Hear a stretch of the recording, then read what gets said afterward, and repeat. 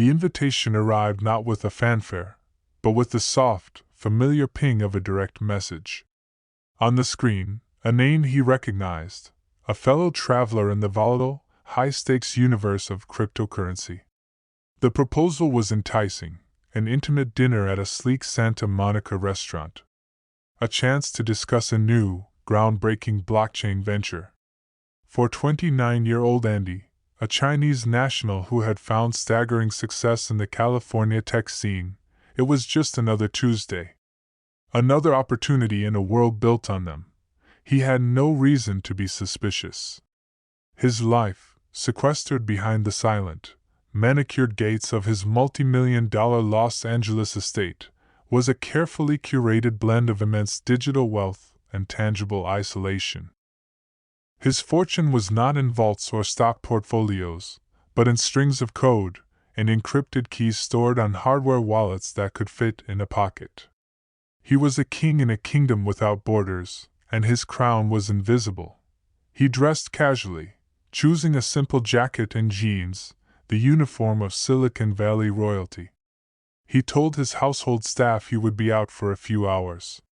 He climbed into one of his luxury cars, a Tesla, perhaps, silent and efficient, and pulled out into the Los Angeles evening, the setting sun painting the sky in hues of orange and purple. He was thinking about the future, about the potential of the new project. He was not thinking about the past, and he certainly was not thinking about the van that had been idling a block away from his home for the better part of an hour. Its occupants watching his every move. The restaurant was chosen for its privacy, its discreet entrance. He parked and walked towards the meeting point, his mind already racing with talk of hash rates and liquidity pools. He never made it to the door. The attack was swift, brutal, and shockingly silent. It was a coordinated ambush from the shadows of an adjacent alley. There was no warning shout, no demand for his wallet. Just the sudden, violent crackle of a taser and two prongs embedding themselves in his back. 50,000 volts of electricity seized his nervous system, dropping him to the pavement like a marionette with its strings cut. Strong hands grabbed him before he could even cry out. A van door slid open, a dark maw swallowing him whole. The door slammed shut. The vehicle pulled away, merging seamlessly into the evening traffic. It had taken less than 15 seconds. The upscale street was quiet once more. Andy's world had gone from the bright lights of LA to the pitch black of a moving prison. Inside the van, the reality of his situation began to dawn through the pain and disorientation. Hooded, bound, and gagged, he could hear the voices of his captors. They were not speaking English. They were conversing in the familiar tones of Mandarin, but the words were cold, clinical, and efficient. These were not common thieves. They didn't rummage through his pockets for his Rolex or the cash in his wallet. They knew exactly who he was and what they wanted. "We have him," one of them said into a phone. "Proceed to the location." The drive felt interminable.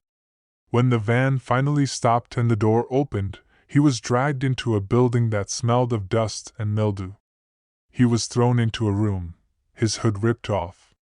He blinked in the dim light, taking in his surroundings, a sparse, windowless space, a single mattress on the floor, and the cold, impassive faces of his kidnappers. The leader, a man with sharp, intelligent eyes behind glasses, stepped forward. He held up a phone.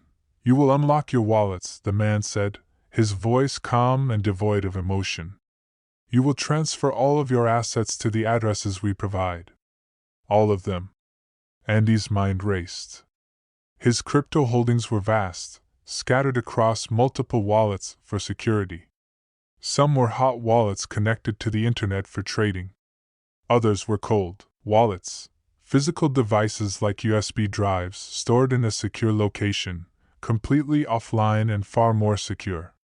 He tried to protest, to explain it wasn't that simple. They did not care for explanations. Their method of persuasion was primitive and horrifyingly effective. They used a pair of pliers on his fingers. They used a blowtorch. The pain was excruciating, a white-hot agony that erased all thoughts of defiance.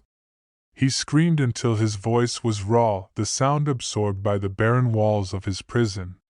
They were methodical, alternating between torture and rest, allowing the dread of the next session to break him down psychologically. Between sessions, the man with the glasses, the translator and tactician, would sit with him. He wasn't just a thug, he was sophisticated. He understood blockchain technology, the intricacies of transfers, the security protocols of different exchanges. He knew the exact worth of Andy's public addresses. This was a targeted extraction, planned by someone inside his world. Under duress, Andy gave them what he could. He accessed his hot wallets on his phone, transferring Bitcoin and Ethereum to the long strings of characters the men provided. Each transaction, immutable and public on the blockchain, was a digital trail of his own ransom. The kidnappers watched, their eyes glued to the screens, verifying each confirmation. They acquired several $1 million this way. But it wasn't enough. They knew he had more. Much more. The cold wallets, the leader demanded. Where are they? Andy, through bruised and broken lips, told them the truth. The bulk of his fortune, tens of millions of dollars, was stored on a hardware wallet. But it was protected by a time lock feature, a smart contract he himself had programmed. It was a security measure he built for his own peace of mind, a way to prevent exactly this kind of coerced transfer. The funds were inaccessible, locked away for a predetermined number of days. No amount of torture could change the code. It was immutable. This revelation infuriated the kidnappers but also created a bizarre, tense stalemate. They had their prize, but they couldn't fully claim it. They needed to keep him alive until the time lock expired. Their plan, meticulously crafted, had encountered a firewall its architects hadn't anticipated, their victim's own genius. While Andy languished in his cell, a different kind of operation was springing to life. His family, contacted almost immediately with a ransom demand and proof of life audio clips of his terrified voice, had alerted the LAPD, who immediately brought in the FBI. The case landed on the desk of Special Agent Maria Rodriguez, a veteran of the Bureau's cybercrime unit. The investigation was a race against time, operating on two parallel tracks, the digital and the physical. On the digital front, Rodriguez's team of forensic accountants became digital bloodhounds. They began tracing the ransom cryptocurrency the kidnappers had already received. Every transaction on the blockchain is permanent and public. By following the flow of funds from the initial ransom addresses, they could see the kidnappers attempting to tumble or mix the coins, using services designed to obfuscate the trail by blending them with other users' funds. It was a digital shell game, but the FBI had sophisticated tools and partnerships with blockchain analysis firms to peel back the layers. On the physical front, other agents were scouring the area where Andy was last seen. They obtained traffic camera footage from every intersection near the fake restaurant. They spent hours reviewing grainy video, looking for a vehicle that matched the description of a van, looking for any anomaly. They tracked Andy's phone's last ping to a cell tower near the abduction site before it was destroyed. The break came from a combination of both. The blockchain analysis revealed that a portion of the mixed funds eventually found their way to a cryptocurrency exchange with strict Know Your Customer (KYC) laws. The exchange, complying with a federal subpoena, provided the identification linked to the account that had withdrawn the laundered funds. It was a name, Guangyao Yang. Meanwhile, the video team had identified a van with suspiciously obscured plates, spotted leaving the area at high speed. Using a network of cameras across Los Angeles, they tracked its movement. The van was eventually traced to a rental agency. The person who rented it had used a fake ID, but the agency's security camera captured a clear image of his face. Facial recognition software matched it to a database of Visa photos. The name came back, Guanyao Yang. The pieces snapped together with terrifying clarity. Yang wasn't some anonymous gangster. He was 37 years old, a graduate of MIT with a degree in computer science.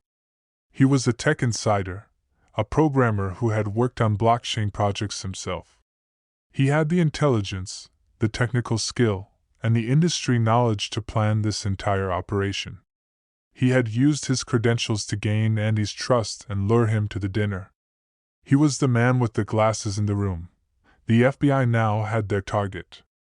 Using cell phone data, financial records, and more blockchain tracing, they identified Yang's accomplices, Pei Qingzheng, Depai Yuan, and He Huang. They discovered the group had been planning this for months, conducting surveillance on Andy, learning his routines, and understanding his net worth from public blockchain data. The net was closing. The team located the safe house where they believed Andy was being held. A SWAT team was mobilized for a rescue operation. But before they could move, the kidnappers, sensing heat or growing impatient, decided to move him. They forced Andy into another vehicle. But this time, the FBI was watching. They tracked the vehicle as it moved through Nevada. They waited for the right moment, a place where they could isolate the car and minimize the risk to the victim. On a quiet stretch of highway outside Las Vegas, a coordinated takedown occurred. FBI vehicles boxed in the car. Armed agents swarmed it, pulling a terrified and bruised Andy to safety and placing his captor, Depai Yuan, in handcuffs. Simultaneously, arrest teams moved in other cities. Yang was arrested at a luxury apartment in New York. Zhen was picked up in Boston. Huang was apprehended trying to board a flight to Hong Kong at San Francisco International Airport. Andy was free. Physically, he was a mess, bruised, burned, and traumatized. But he was alive. The very technology he had helped build had both made him a target and ultimately saved his life. His time-lock wallet had forced the kidnappers to keep him alive long enough for the FBI to find him. The four men now sit in federal custody, charged with conspiracy to commit kidnapping, which carries a maximum sentence of life in prison. Their trial will be a spectacle, a stark parable for the modern age. The story of Andy's kidnapping is more than a true crime thriller. It is a cautionary tale for a new era. It illustrates the dark side of the digital revolution, how immense, intangible wealth can make individuals into targets for a new breed of tech-savvy criminal. It shows that while money can be encrypted, anonymized, and decentralized, human beings cannot. The oldest crimes have found their newest expression, proving that in the end, the most valuable thing to protect is not the code in our wallets, but the lives we live outside of them.